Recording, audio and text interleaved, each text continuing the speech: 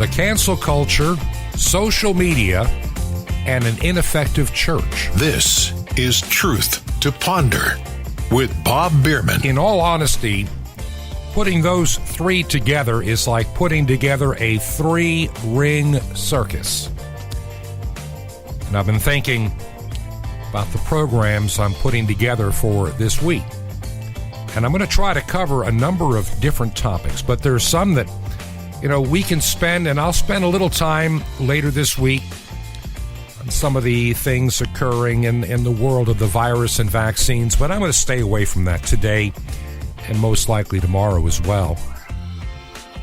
There are times that we can talk about that all we want, and we can analyze and break down those numbers all we want, and if you're intellectually honest, you'll find out a lot of what we were told was not true. But there are other things that are happening at the same time, which, using something like a pandemic, it makes it easier to push things through. Pandemic has been the excuse for a lot of things. Last year, the culture, the what is called the cancel culture, was reawakened like it never has been before in the year 2020. Ironically, the same year as the pandemic, we've gotten into this just absurd nonsense of cancellation. And a lot of good people that would like to, shall we say, protest or push back were kept at home with lockdowns and fear of a virus. The cancel culture has been a systematic attempt at bringing down the Western world. Period. You ever notice that the cancel culture doesn't want to get rid of evil things like maybe abortion? Oh, no. That's good. They want to cancel anybody with a conservative or pro-family ideology. The cancel culture wants to look at our history and decide that everybody that's white is bad, that white privilege thing going on. I met a lot of people that have lived in Appalachia for generations, and they would laugh at the concept of white privilege. These are people that worked long hours farming, trying to make a living the hard way with rough hands, backs that ached, and skin like leather, just trying to eke out a living to raise their family. I don't think that they would use the word white privilege. But we're being divided into groups, and the best way for the enemy of anybody to win is to divide your enemy. So our enemy divides us. We're so busy fighting amongst ourselves, we don't even realize we have a common enemy to fight. In much of the Arabic culture, there's a term, the enemy of my enemy is my friend. Let me say that again and to make sure you understand this. The enemy of my enemy is my friend. But those are short-lived alliances, because once that common enemy is gone, then you're back to facing off once again with each other. We have a lot of that going on in the United States today. We've been living with this cancel culture for quite a while, but it's never raised its ugly head at such a incredible rate of speed with no concern of the consequence. I was reading an article a while back. Anybody ever heard of the actor that goes, him as Mr. Bean, and his real name is Rowan Atkinson? He had a great line. He said, the cancel culture of today is like a medieval mob looking for somebody to burn. Let me say that again. Today's cancel culture is nothing different than a medieval mob looking for somebody to burn. Indeed, he is correct. And really, nobody is truly immune to woke politics. It doesn't matter when you may have made your little transgression in life. You could have said something 50 years ago, and you're 60 now. You know, when you're 10, somewhere it got written down. And now with the internet never forgetting, anything you've ever said or done can probably be found even when you think you've deleted it.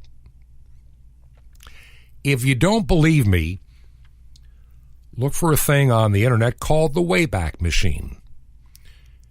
It makes little photographs, so to speak, of websites and postings that even after they're long gone, they're still there. I can find things going back 10, 12 years if I want to look hard enough.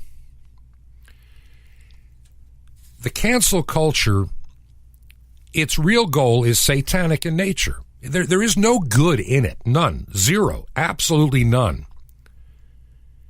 They may sound lofty on the surface, but they're evil at their heart and their core. They want the world into submission to an ideology that is dangerous, deceptive, and destructive.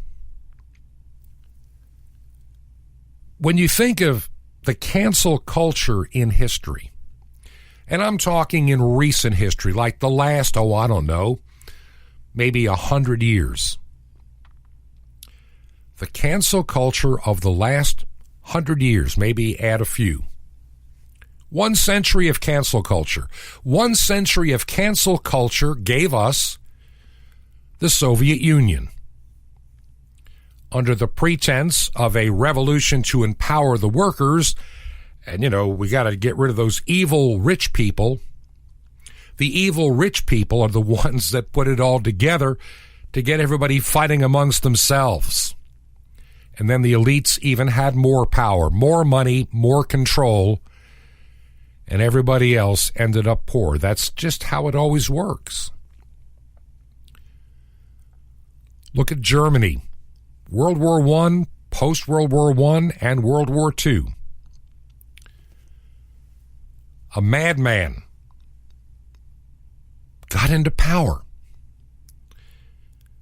And it was made possible because, see, the German people had already been involved with one war, which they lost in World War I, and their economy was trashed for a number of years. People had to use wheelbarrows of money to buy bread. So a guy coming along talking about restoring the nation, it sounded pretty good, considering the existing government was incapable of doing much to improving the lives of the German people, who were so defeated for so long. And that's how a guy like Adolf Hitler can rise to power. The same tactics are being used today.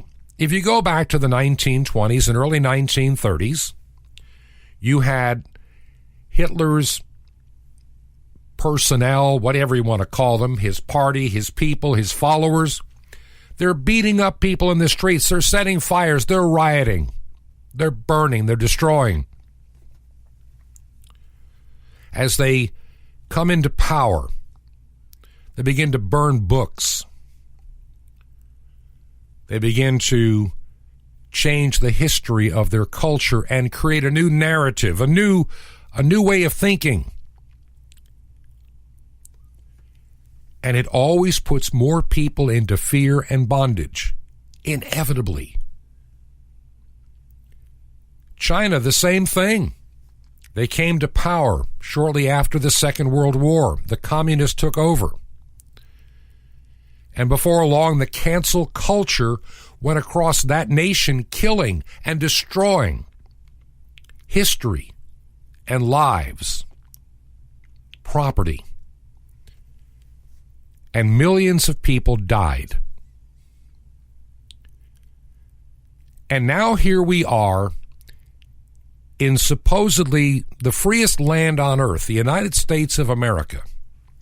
And the cancel culture is being endorsed and being praised being aided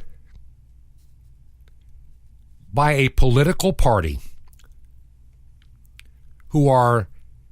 they are determined to rip out anything good in this country and give themselves even more power and control over your lives.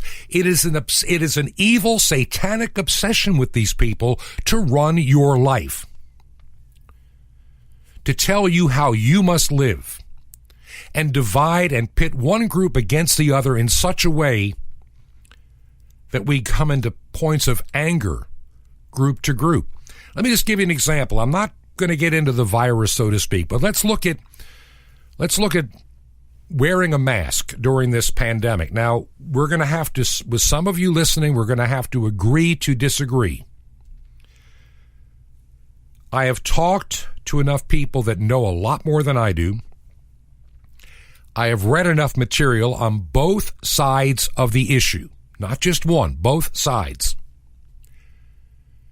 And honestly, you may not believe this, but honestly, those that say that wearing these stupid little cloth masks or paper things are really not effective at all, they haven't done much of anything, compared to those that say they're like the magic bullet. They're not. And I think most people with common sense, when you re-wear a mask, because, I mean, how many people put on a brand new paper mask every time they go out? They don't. They keep them in their car over the visor, or they wear this stupid little bandana. I know what everybody says, and I'm going to give you an example why. Somebody pointed out something very, just simple logistical stuff. If this is really as effective as they claimed it was, and I like how they have anecdotally, they're telling us, this year we've had like nobody dying of the flu. Nobody's getting the flu. It's just been an incredible thing this year. It's like the flu has been cured. And they'll say it's because we're all wearing our face covering and practicing social distancing. That's why it all works. And we've locked down, and we've stayed home, and we've not gone to restaurants. We've not lived as normal human beings. We've been prisoners and made subjects of our government, of course, for our own good. And they're telling us how effective these masks and lockdowns and social distancing are. They're saying that loudly. That's why the flu is down. But at the same time, they're saying we're not wearing our mask and social distancing, which was why up until the 20th of January, the coronavirus numbers were skyrocketing. Well, as if you've listened to this program and if you follow the news closely, and I mean really closely, there were some changes made in how cases are evaluated. And that was announced on, ironically, the same day that Joe Biden was inaugurated as the president. So effective the day after, on the 21st of January, the way a case is counted was substantially changed by the WHO. And over the next several weeks, place by place, community by community, hospital by hospital, doctor by doctor, state by state, health department by health department, adapted to the new standard. Are you following? New standard. New way of looking at these cases.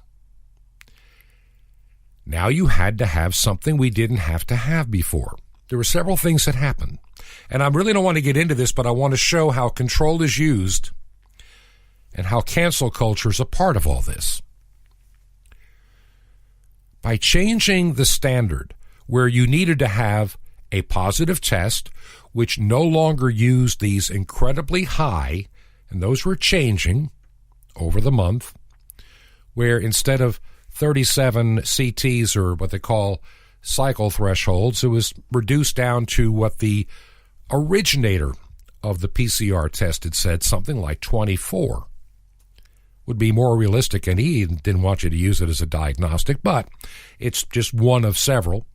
And now we had to include symptoms. So a more realistic screening test and symptoms suddenly becomes the new normal for the coronavirus test. And so that's why we're seeing the numbers magically going down.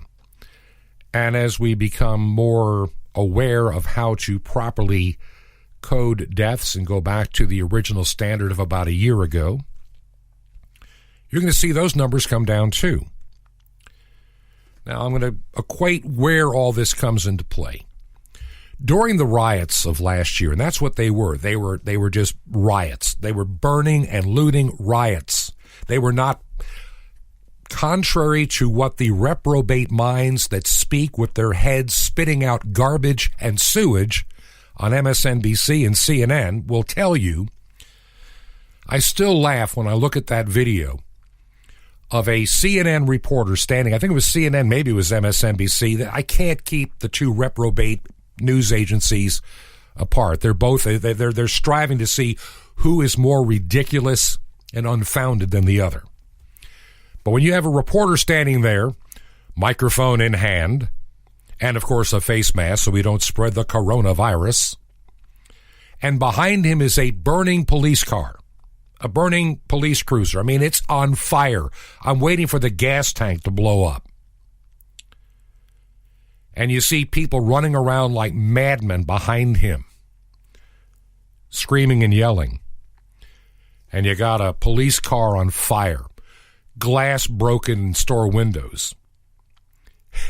And this clown, this complete idiot, this complete reprobate, this complete filthy liar, this complete sold out to everything evil in this world in a mostly peaceful protest. Peaceful protesters here in this city, they're peaceful. They're here for Black Lives Matter and protesting the death of George Floyd. And day after day, week after week, CNN, MSNBC showing, a burnt out auto parts store, burnt out buildings. I got a kick out of one story that I read. This is all part of this cancel culture. This one reporter, definitely on the left side of the political spectrum, lived in an apartment. Are you ready for this? And I think it was in Seattle or Portland, Oregon. I can't remember. One of those two cities. Both have had more than their share of troubles this past year. And he lived above a Starbucks. Isn't that the perfect place for a leftist reporter to live? In a downtown area right above a Starbucks. And he had been out there watching the protest, wherever it was at the day, and, these peaceful protesters going after those evil, mean corporations and federal government buildings and things. And he all of a sudden is tweeting out on his Twitter account. By the way, I dumped Twitter. So he's on his Twitter account. He's suddenly in fear because the rioters are trying to destroy the Starbucks underneath his apartment, and he's scared he's going to have to leave. They try to set it on fire with him in it. But he is such a reprobate reporter that after it was all said and done, he refused to condemn them destroying a Starbucks. How far gone does your brain, your common sense, your logic and morality have to be to think it's all right to destroy the Starbucks underneath your apartment because it's for a good cause? This is the cancel culture at work. It uses fear and intimidation. And they learn with the combination of the government lockdowns and the good people staying home and trying to obey the law.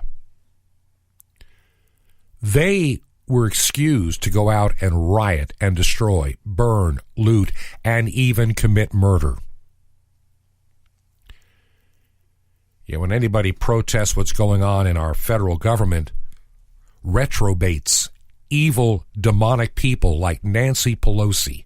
And she is evil and demonic. Don't be fooled. She's not a sweet little grandma. She is a political operative that could care less about you. And they surround the Capitol with fences and razor wire and the National Guard because it's conservatives, it's evangelical Christians, it's Trump supporters that want to destroy and burn down America. Maybe if the left wasn't so busy destroying America, maybe if America was not destroying our children in the schools, these damnable, that's what they are, indoctrination centers of leftism, wokeism, and anti-Godism. Public schools today, they have been co-opted over a period of 30 years. They have been taken one step at a time. Even Mao Zedong said that. Hitler said it. The first thing you do is you get to the youth, and the youth will turn on their parents, and they will feel that they are serving a righteous cause. German children were turning on their parents if they listened to something on shortwave radio that was forbidden. It didn't take long. You grab a child in those years from age, 5 to age 16. In 9 years, in 9, 10, 11 years, that child is yours. Bring him into adulthood, into his 18 and 19 with a uniform and empower them. They'll destroy anything in their path like locusts. Because you've infected their mind with evil and satanic things. That's what our schools have done. So we have the cancel culture. We started tearing down statues because statues are evil. I'm going to tell you a little story. Take a little side trip here. I'm glad I had the opportunity a number of years ago, before the cancel culture really set in. We're talking probably 10, maybe 12, 13 years ago. I had the opportunity of visiting Richmond, Virginia. Now, I'm a bit of a history buff, so I really enjoyed looking over the history of that city. Do I believe in everything that the Confederacy stood for? No. Honestly, do I believe everything that the Union stood for at that time under Abraham Lincoln? No. We had a bit of a mixed bag.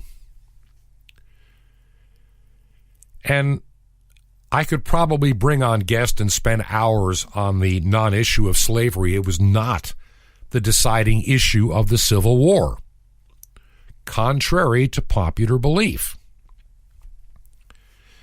When you do some extensive reading and studying, you find out that was the least of anybody's worries except a handful of abolitionists. Most people in the North could have cared less as long as they're not here among us.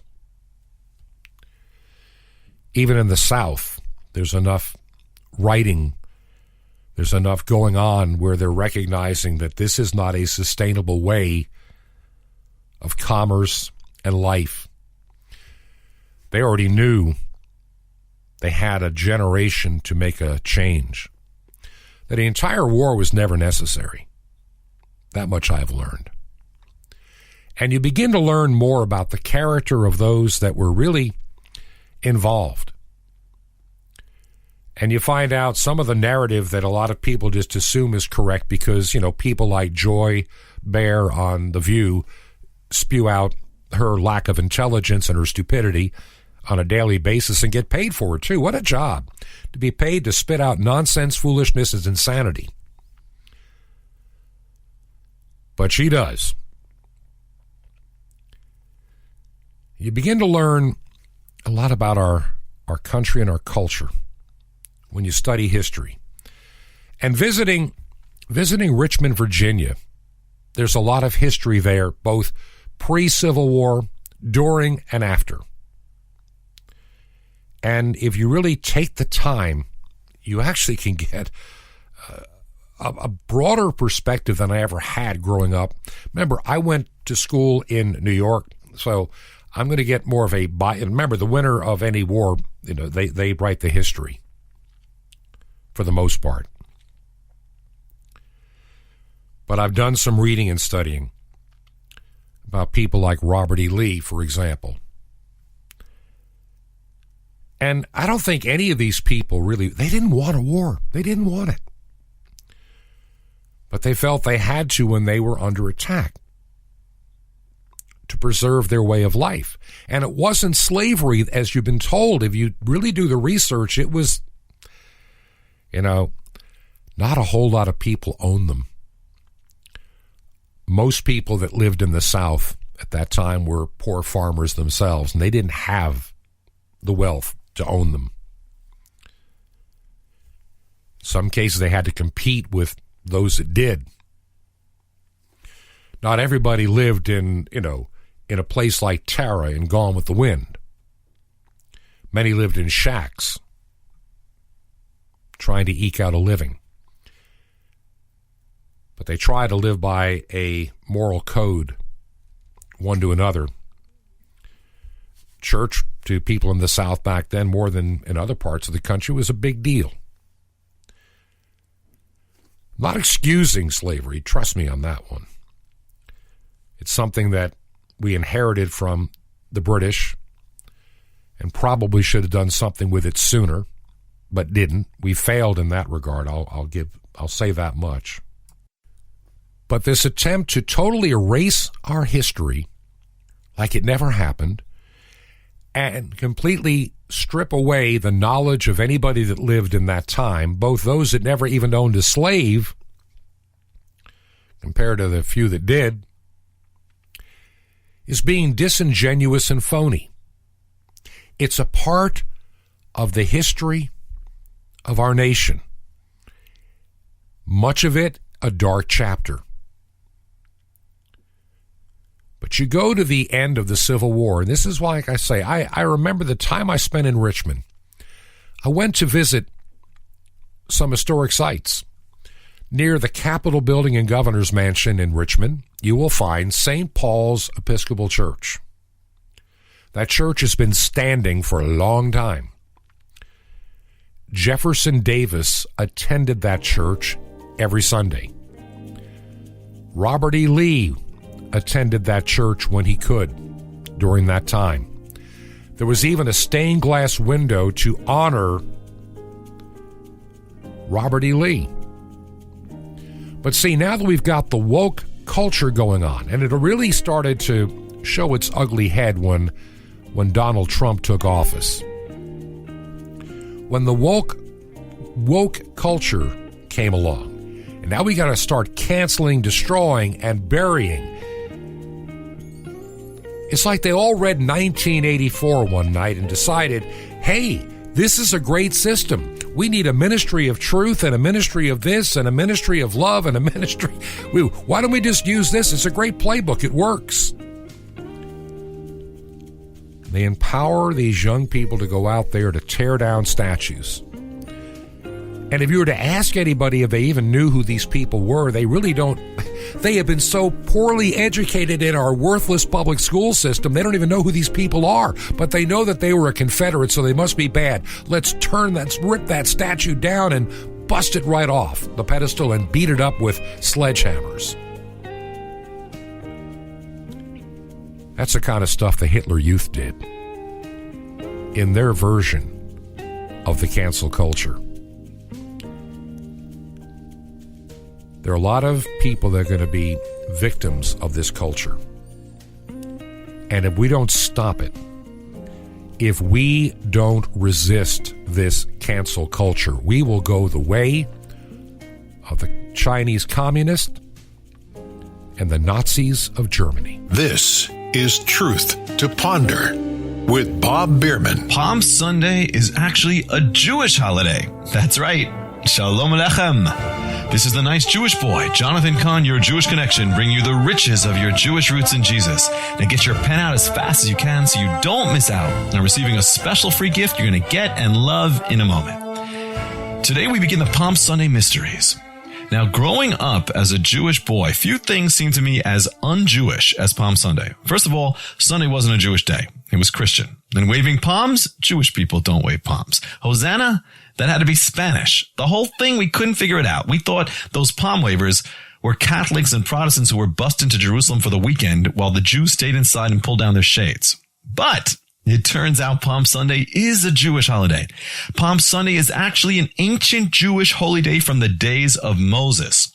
Who were waving all those palms that first Palm Sunday? Jewish people were. Hosanna isn't Spanish. It's the Hebrew word for save us, Hoshiana. And to wave palm branches and cry out Hosanna is an ancient Jewish tradition that Orthodox Jews do to this day. And what is Palm Sunday anyway? It's the entrance of the Jewish Messiah, the King of Israel, into the Jewish city of Jerusalem to fulfill the Hebrew prophecy of Zechariah 9:9. What could be more Jewish than that?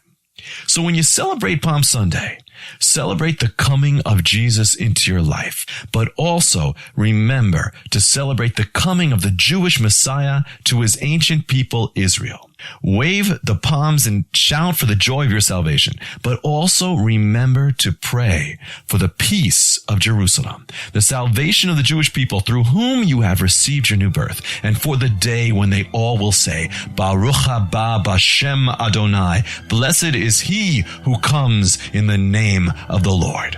Want more? Ask for the Palm Sunday connection. Now the free gift for you, the mystery of the temple doors, you'll love it, and sapphires with the riches of the Jewish roots of your faith, special teachings, updates on Israel, world events, and prophecy. You'll love it. How do you get all the free gifts? Just remember Jesus' Hebrew name, Yeshua, and call it. That's it. Call 1-800-YESHUA-1. Call now, 1-800-YESHUA-1. I invite you to join me in bringing salvation back to God's ancient nation, Israel, and to the unreached peoples on 5 continents with over 1 billion people. Just call now, 1-800-YESHUA-1. That's YESHUA-1. Or write me direct, The Nice Jewish Boy, Box 1111, Lodi, New Jersey, 07644. It's The Nice Jewish Boy, 1111, Lodi, Lodi, New Jersey, 07644.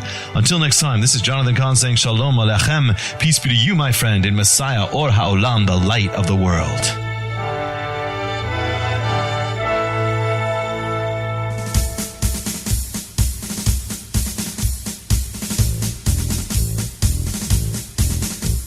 This is Truth to Ponder with Bob Bierman. And welcome back to part 2 of our Monday edition of Truth to Ponder. I'm your host, Bob Bierman. Yes, I know what I'm playing in the background, and no, I'm not a Confederate ready to ditch the country. I'm just trying to share some history here in a moment.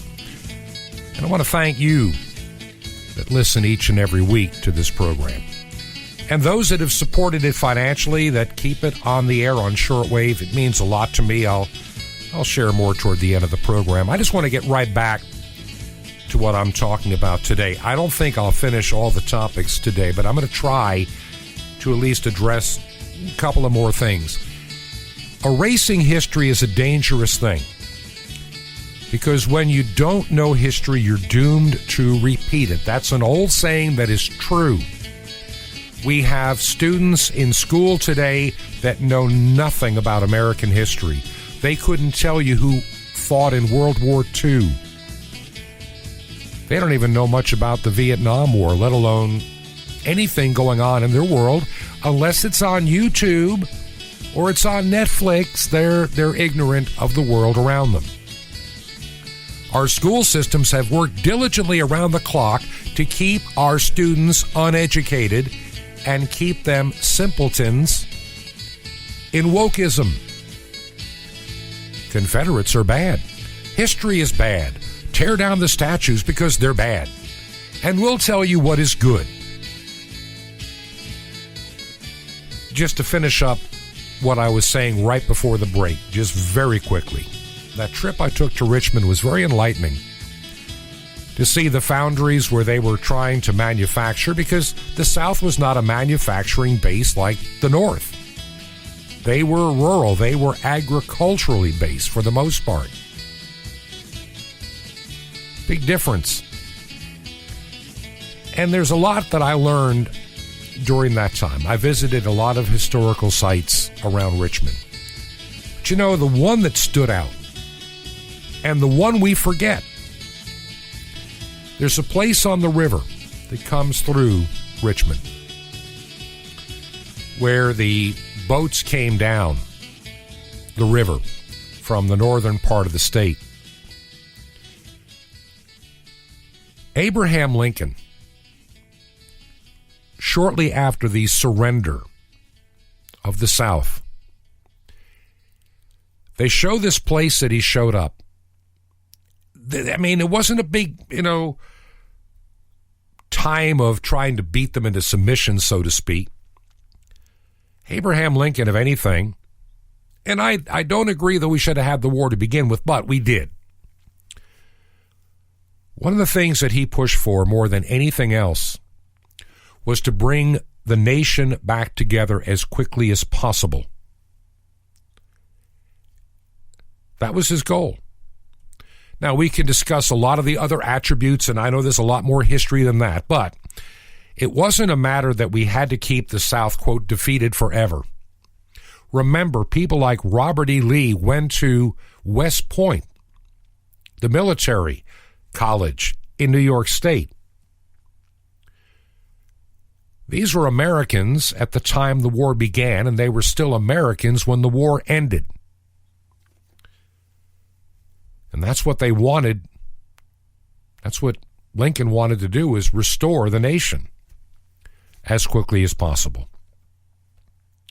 There's a lot we can learn from that period of time, but when you choose to only amplify a couple of small pieces and negate the rest, then you're teaching a false history. That's all I want to say about that topic. The cancel culture is in full gear. If you say anything that goes against the established tech tyrant narrative, you are doomed to be crushed and destroyed like a bug. Number one, I think besides Nancy Pelosi and a few others like Chuck Schumer, who are mental and spiritual retrobates, period. Nancy, you're not a good Catholic. You have abandoned the teachings of your church, and you spit in the face of God in doing it. What you need to do is one of two things. Tell the church that I'm out of here because I don't believe it, or resign your position as a congresswoman. I guess you identify as a woman. You can't have it both ways. This is one of those areas where it's not what someone's doing to themselves. You are dealing with taxpayer money to kill another human being. That is immoral. That is it's satanic. It's Moloch worship. The cancel culture. I mean, look, the cancel culture today only cuts one way. Only one way. It wants to eliminate the idea of Donald Trump from the narrative. That's why you have people like, he looks like a meth addict. I'm sorry. The guy that runs Twitter, he acts like one. He looks like one. He's dumbfounded with a deer in the headlight looks every time he's appeared before the United States Senate. Clueless. And then he got Zuckerberg over there at Fascist Book. The cancel culture only goes one way. Trump banished from Twitter because we don't want to hear him anymore now that he's not the president. Mike Lindell, My Pillow. Whether you like his pillows or not, I happen to like them. We have some. I also have the mattress topper. I'm not getting paid to say that. I'm just telling you, ditched by 20 of the woke retailers when he questioned the results of the 2020 presidential election and turned his claims into a video, which I've seen. And he makes a pretty compelling case. I don't believe for 1 second, just so you know, I do not believe that Joe Biden won the state of Georgia. And I do not believe that Warnock and Ossoff became the 2 United States senators from the state of Georgia either. I think there was enough election fraud that was allowed both times. See, it had to be allowed the second time. Otherwise, if they were fixing it, then the fraud would be known. Just so you know. Georgia was a fraudulent election presided by a never-Trumper, idiotic, stupid, retrobate of a Secretary of State. And the reason I say that is when asked, can we just see the signatures and the ballots? No. All we get is no. It was fine. Everything was good. Everything was decent. All we get from that person is the election was fair. It was valid. And then they had the elections for the senators. And they didn't have enough time because of the scrutiny to fix the problems they had. And so by thin margins, the 2 senators from the state of Georgia, the Republicans, went down. Now, here's something amazing. Suddenly, now that those elections are behind us and the legislature is back in session in the state of Georgia, they are diligently trying to plug all the loopholes and atrocities that occurred in the Georgia election. There is no way that Trump lost Georgia, and there is absolutely no way those 2 people won the Senate. We have a home here. We can't vote here. We vote in Florida. That's our home. I don't cheat. I don't vote in 2 places. But I've been in this state over the years enough to know the people and the regions, even the growth of Atlanta. I get it. And I've also watched over, 30 or 40 years of absolute, total, unmitigated, unstoppable corruption in Fulton County. It reeks of the corruption. Always has, and probably will continue. So I still, when you don't tell me, Raffensperger, Mr. Secretary of State, that all those ballots under the table, hidden there all day, till it only came out when everybody was gone, were legitimate ballots. I don't believe it. You don't believe it, but you can't say otherwise, or it pretty much puts you into the conspiracy. Your hatred of Trump allowed this to happen, Mr. Raffensperger, and I doubt if you'll be the Secretary of State after 2022.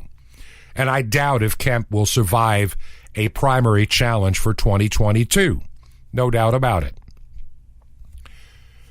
It's time to take the trash out in Georgia. And we can start with Kemp and Raffensperger. Yeah, Kemp and his Chinese ties, too. Cancel culture. I saw this. The ABC, I don't watch a lot of television, and I don't watch any network TV. I've given up on them. They're too disgusting. There's not much that I care about anymore on TV. Very little. So the MyPillow guy, he's been banished. And then, Chris Harrison, he's the long-term host of the TV show The Bachelor. And he had to step aside after defending a current contestant when old photos surfaced of her attending an Old South antebellum party. And he said, while I do not speak for her, my intentions were simply to ask for grace and offering her an opportunity to speak on her. Once again, it's Southern culture, must be destroyed. Take down the statues. Why don't just come back with Sherman and burn it down again? Burn down Atlanta once, why not burn down Richmond? Which is, don't give them ideas. J.K. Rowling, I may not agree with her books, but they came after her because she has this, she's kind of, she fears that transgender rights will ultimately endanger a woman's rights. She got that right. I agree with her. I can go down a list of people, former presidents, whose names have been wiped off school buildings like, Washington, Lincoln, and Jefferson. Senators, their book deals killed. Goya Foods, Tell you what, we buy Goya foods these days. I always have. I like them. Better, good quality stuff. So, you can sit there and tell me about all your cancel culture. I don't care about you and your stupid cancel culture, because you're canceling history, you're canceling your intelligence, and you're caving into satanic aberrations, satanic leadership.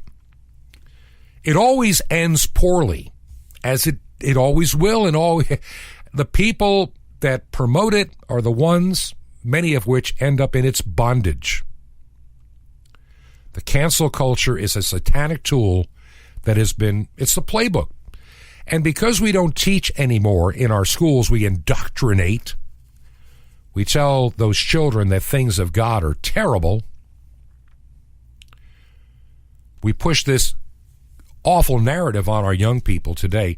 We have people that graduate high school incapable of doing the basics that most high school students 50 years ago took for granted.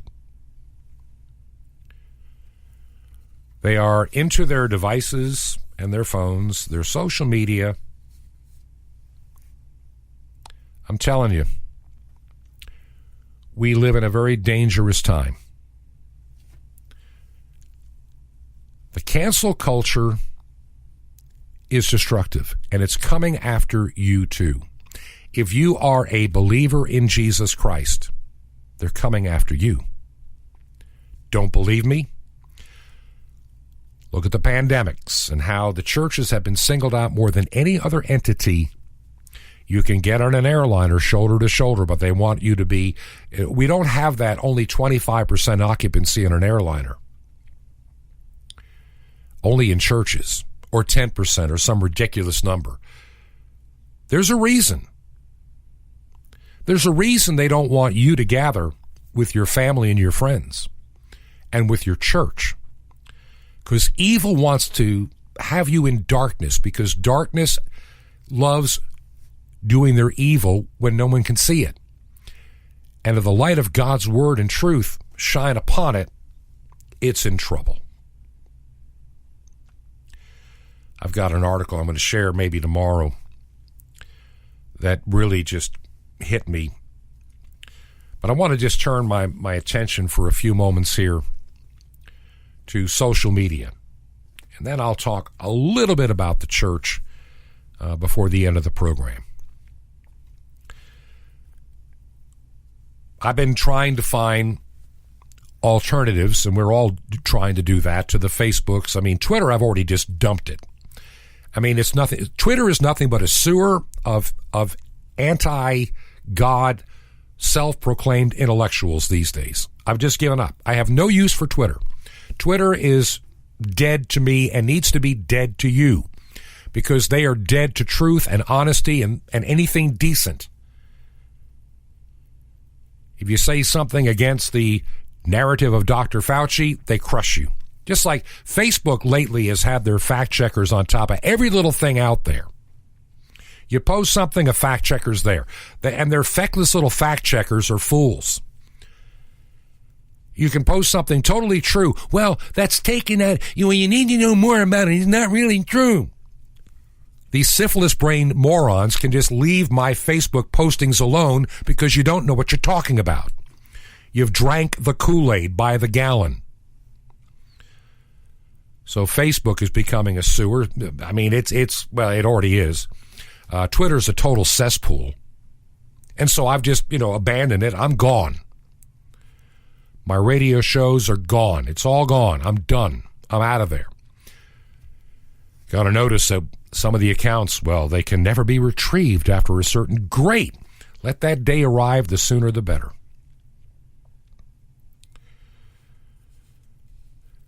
I've been looking at alternatives, and I haven't done much with them, though I've set accounts up at places like Gab.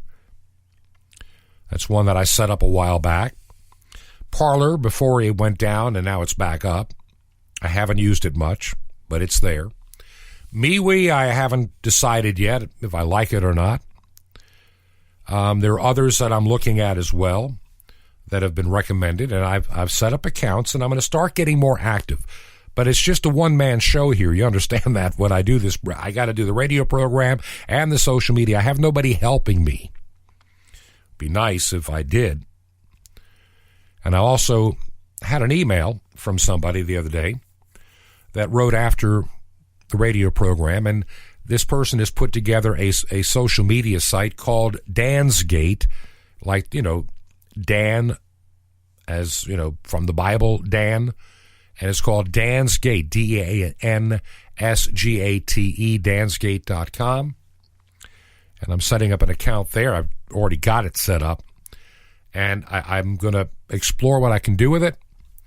Maybe I can even post the program there for people that can get it that way from Dansgate. And what he writes here, I'm just going to kind of share the welcome that he puts there. If you go to dansgate.com, they're a down-home family and friends network. Memberships are free. In fact, it's the most advanced social media platform there is with state-of-the-art user features.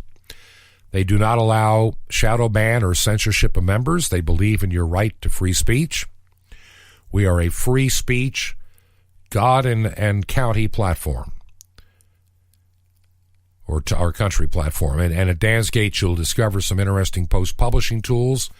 And so I'm going to be looking it over. You may want to check it out for yourself, dansgate.com. And also we are at, we have a Truth to Ponder account at Gab and a couple of others that I'm setting up as well. So I'm going to be looking at the alternative media sites and just kind of weaning away from fascist book. I'm done with them. I mean, we need to. It's there. I know there are a lot of millions of people there. I get it. We need to, as I've said before, as Christians, begin to stop being so much of the world. We need to start leaving the world behind and become the church. And the church has got some issues as well. Big issues. Got a good friend of mine, a clergy member, Paul Castellano. I'm going to have him on the program in the not-too-distant future. He just wrote a book. I'm just beginning to get into it.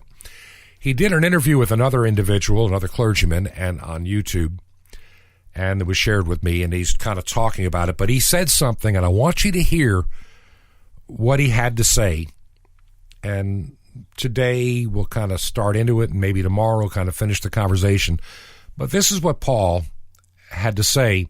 This is my friend Paul Castellano, and he's the author of a book called As It Is in Heaven. And this is what he tells this guy about today's current church. You know as well as I do that the state of the church, Christianity, the state of Christianity today is abysmal. It's abysmal. We have so imbibed in what the culture tells us we should be doing that we don't understand. As you mentioned earlier, you alluded to it earlier, the fact of the matter is when we walk through those doors, at that moment, it's not about us anymore. It's about God. And therefore, as Kierkegaard pointed out, God's the audience. The minister is the ministers are the directors, and the congregation are the players. See, we're supposed to be giving something to God. We're not supposed to be sitting back and being emotionally moved by a really phenomenal band.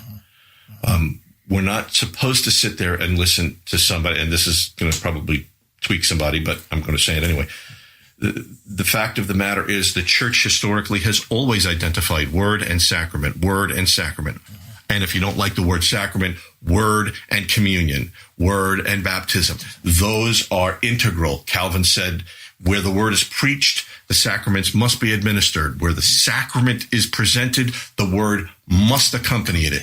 So they're never separate. But yet, what do we see? We see 45, 50, 55 minutes, 1 hour, wonderful biblical theological conversations that completely leave the visible sacrifice of Christ, the visible atonement that we see in communion, the visible inclusion into the church, baptism, leaves it out.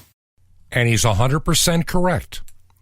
Too much of the church today, let's be honest about this, and I hope I'm not getting some of you upset too much. And if I am a little bit, maybe that's a good thing, and we'll talk about it more if you don't just cut me off and say I'm not listening anymore. but I hope you'll hear me out. There's some things that I want to share with you. I'm not going to have time to get into today. I really wanted to, but time has been my enemy. I just wanted to talk about the cancel culture. And tomorrow we're going to talk about how the cancel culture is impacting the church, how this spirit of the age, this satanic reprobate spirit of the age, is working its way into the church, and what we're going to have to do about it to remain the church. Of course, the Bible always says there'll be a remnant, and we'll be talking about that as well. And I get emails every day because I'm in ministry. And, I signed up for a lot of stuff over the years, and some of the stuff I probably should just unsubscribe, but I stay there for a purpose to look at some of this stuff just to understand the state of the church today. And there are so many variations of the church. There's what I call the dead church. They're the ones that have abandoned the faith once delivered to the saints, reinvented themselves, and don't care what the Bible says about anything. They're done. We'll talk about those tomorrow.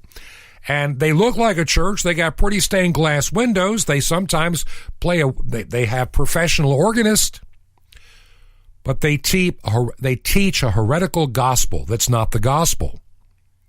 They teach a satanic gospel, to be quite honest. Dangerous place to be at. Then there's the lukewarm church. We've heard about that one from the book of Revelation.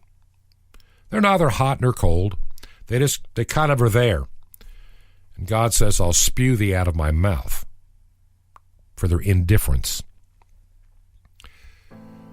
Some churches have got a lot of growth going on because they're doing whatever it takes to get people in, but it's not necessarily the biblical way of bringing people into the faith. And I've been to a lot of these churches. They've got a great light show. They've got a great video system. And they've got a great sound system, too. They have a praise band with people wearing blue jeans and spotlights. And a guy that comes out there, he's got kind of like the bar stool thing going on and a plexiglass little, lectern.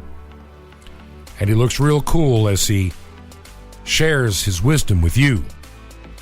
I think that's what Paul Castellano was talking about a moment ago. They don't really care much about how the church. We're there to give unto God, not to sit there at a show. If you want to go to a Christian concert, go to a Christian concert, but don't call it church. I want to take a moment to thank all of you that listen to this program each and every week. Many are listening as a podcast, and we're still at Anchor, we're still at Spreaker, not sure which way we're going to stay. It seems a little bit strange to have two systems, and it's a lot of work to deal with both. Like I say, I'm a one-man show here. If you believe in what we're doing, would you consider helping us? We only pay for airtime. There's no staff here. A check made out to Ancient Word Radio, and you can mail it to our address here in Georgia, and that is 21 Berkshire, Berkshire, 21 Berkshire Lane, number 263 in Sky Valley, Georgia. 2 words, Sky Valley, Georgia. That's 21 Berkshire Lane, number 263 in Sky Valley, Georgia, and the zip code here is 30537. Until tomorrow, may God richly bless you. This has been Truth to Ponder with Bob Bierman. To find out more, visit our website, truth2ponder.com. That's truth2ponder.com. Truth to Ponder, shining the light of truth in a darkening world.